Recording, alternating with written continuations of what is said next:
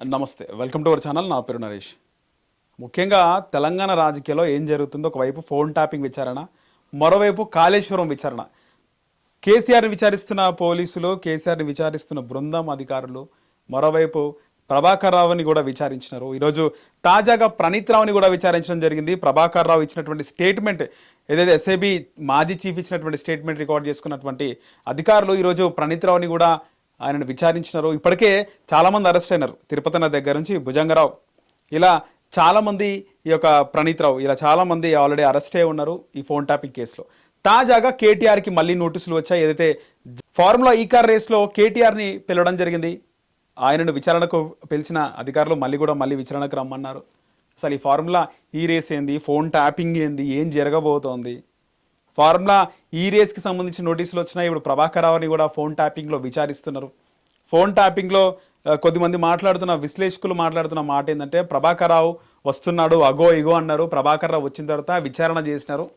మళ్ళీ విచారణ చేసిన అధికారులు విచారిస్తే ఖచ్చితంగా నిజాలు బయటపడతాయి కదా. బయటపడ్డప్పుడు ప్రభాకర్ రావుని, ప్రణీత్ రావుని, వీళ్ళందరినీ కాకుండా కేటీఆర్ని కూడా అరెస్ట్ చేయొచ్చు కదా ఫోన్ ట్యాపింగ్లో.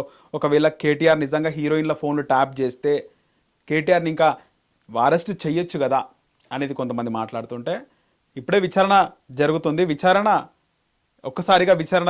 ఒకసారి బయటపడవు, విడతల వారీగా విచారణ చేస్తారు. డే బై డే విచారించిన తర్వాత అన్ని క్షుణ్ణంగా పరిశీలించి ఎవరు తప్పు చేసిరో వాళ్ళని ఖచ్చితంగా లోపలి వేసే అవకాశం ఉంటుంది, వాళ్ళని అరెస్ట్ చేసే అవకాశం ఉంటుంది, జైలుకు పంపించే అవకాశం ఉంటుంది అంటున్నారు.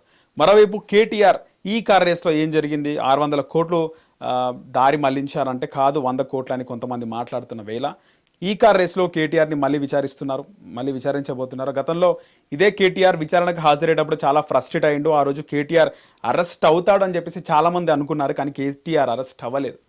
సో ఆ రోజు ఆయన కూడా అరెస్ట్ అవుతాననుకుంటూ చాలా మండిపడ్డాడు ముఖ్యమంత్రి రేవంత్ రెడ్డి పైన.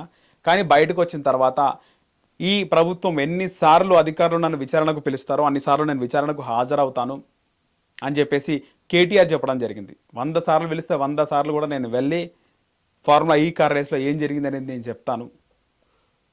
మీకు 100 సార్లు పిలిచేంత టైం ఉంటే నేను 100 సార్లు వచ్చేంత టైం నాకు కూడా ఉంటుందని చెప్పేసి కేటీఆర్ చెప్పడం. ఇప్పుడు మళ్ళీ కేటీఆర్కి నోటీసులు ఇచ్చినారు ఈ ఫార్ములా రేస్కి సంబంధించి. ఆ తర్వాత ఈయన ఫోన్ ట్యాపింగ్లో, ముఖ్యంగా కేటీఆర్ని ఫోన్ ట్యాపింగ్లో ఏమైనా విచారించే అవకాశం ఉంటుందా అనేది కూడా చూడాలి. నిజంగా ఫోన్ ట్యాపింగ్ విషయంలో ఏమైనా జరిగితే మాత్రం అది రాష్ట్ర రాజకీయాల్లో ఒక పెద్ద సంచలనంగా మారే అవకాశం అయితే ఉంది.